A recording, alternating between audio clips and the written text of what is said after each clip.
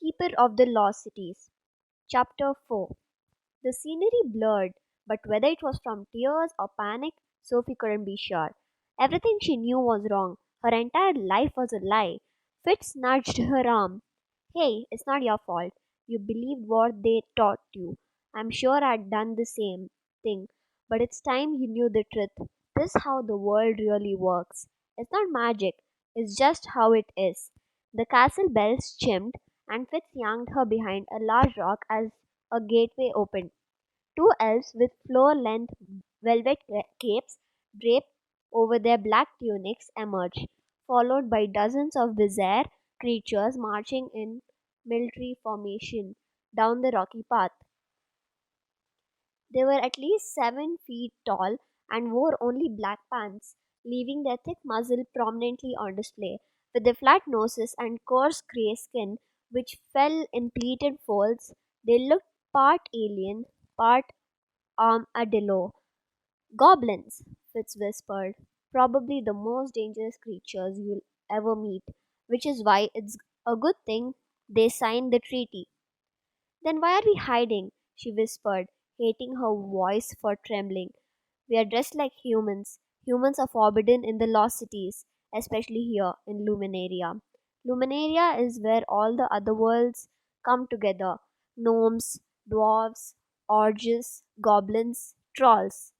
She was too overwhelmed to even think about the other creatures he was mentioning, so she focused on the better questions.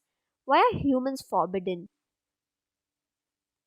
He motioned for her to follow him to a rock farther away, squatting behind it. They betrayed us. The ancient counselors offered them the same treaty they made with all the intelligent creatures, and they agreed. Then they decided they wanted to rule the world, like it even works that way, and started planning a war. The ancients didn't want violence, so they disappeared, forbade any contact with humans, and left them to their own devices. You can see how well that works out for them. Sophie opened her mouth to defend her race, but she could see Fitz's point. War, crime, famine, humans had a lot of problems. Plus, if everything he was saying was true, they weren't her race. The realization chilled her much more than frigid wind licking her cheeks. The stories told by humans who had known us must have sounded impossibly impossible after we disappeared, and eventually they evolved into the crazy myths you have heard. But this is the truth, Sophie. It's pointed around them. This is who you are. This is where you belong. Where you belong? She waited her whole life to hear those three simple words. I'm really an elf, she whispered. Yes. Sophie peeked through the rocks at the glowing castle, a place that wasn't supposed to exist but was somehow right in front of her. Everything he was telling her was insane, but she knew it was true. She could feel it, like a crucial piece of her identity had clicked into place. Okay, she decided, her head spinning in 1,000 directions. I believe you. A loud clang sounded as another gate closed. Fitz stepped out of the shadows and pulled out a different wand. No, Pathfinder. Sleek and black with a cobalt blue crystal. Ready to go home? Home. The world jolted her back to reality. Mr. Sweeney would call her mom when she didn't get on the bus. She needed to get home before her mom freaked. Her heart sank a little. Reality seemed so bland and boring after everything she had seen. Still, she took his hand and stole one last look at the incredible view before the blinding light swept it away. The smoky ash stung her lungs after the crisp, fresh air of Luminaria. Sophie looked around. Surprised, she recognized the plain square houses on the narrow, tree-lined street. They were a block away from her house. She decided not to ask how he knew where she lived. Fitz coughed and glared at the sky. You think humans could handle putting out a few fires before the smoke pollutes the whole planet? They're working on it, she said, feeling a strange need to defend her home.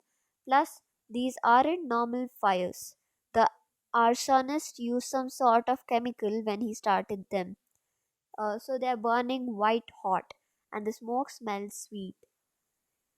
Usually, wildfires made the city smell like barbecue.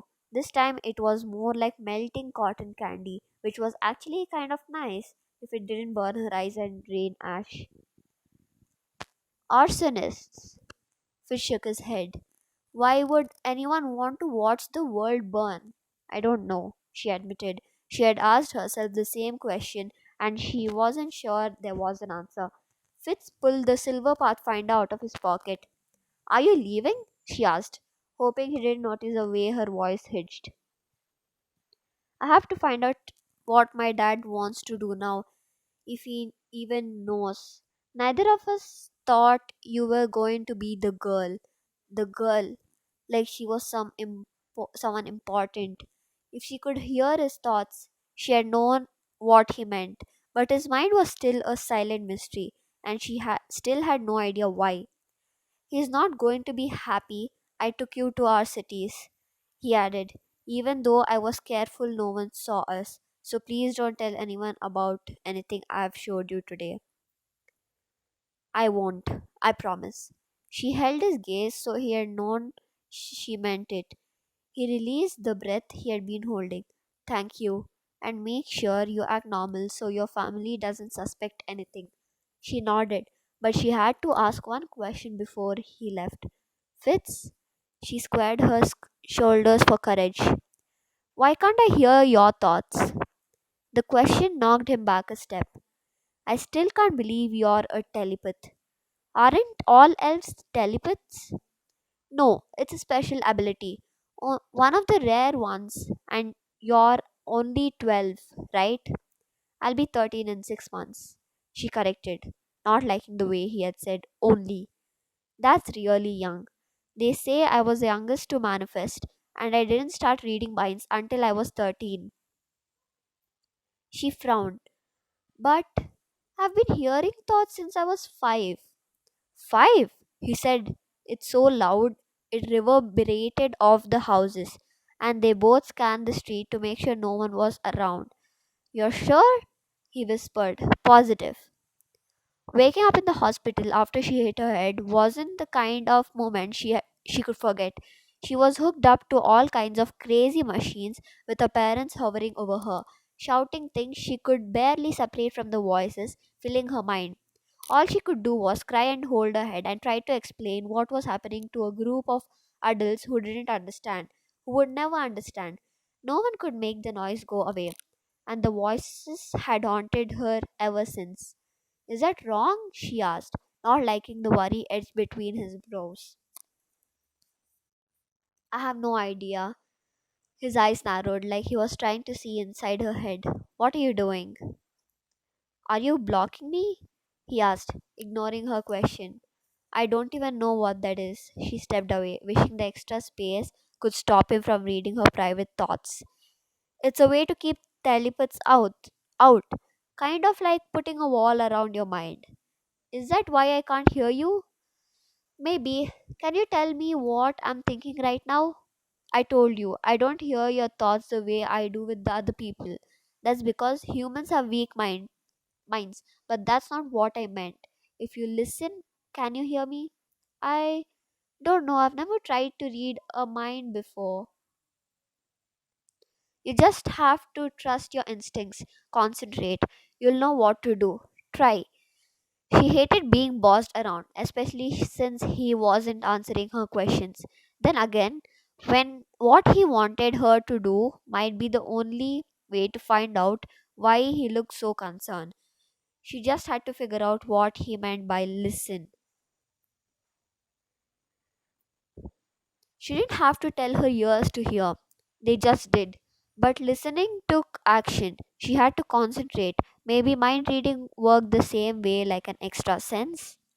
She focused on his forehead, imagining that she was searching out her consciousness like a mental shadow, feeling for his thoughts. After a second, Fitz's voice swept through her head. It wasn't sharp or loud like humans' thoughts, more of a soft whisper brushing across her brain. You have never felt a mind as quiet as mine? She blurted. You heard me? He looked pale. I was not supposed to. No one else can. She needed a few seconds to process that. And you can't read my mind? He shook his head. Not even when I try my hardest. A whole new world of worries pressed down on her shoulders. She didn't want to be different from the other elves. Why? I have no idea, but when you pair it with your eyes and where you live, he stopped, like he was afraid he had said too much, then fumbled with the crystal on his pathfinder. I need to ask my dad. Wait, you can't leave now. Not when she had more questions than answers. I have to. I've already been gone too long, and you need to get home. She knew he was right. She didn't want to get in trouble, but her knees still shook as he held the crystal to the sunlight. He was her only link to the amazing world she had seen, the only proof that she hadn't imagined the whole thing. Will I ever see you again? She whispered. Of course, I'll be back tomorrow. How will I find you? He flashed a smile. Don't worry, I'll find you.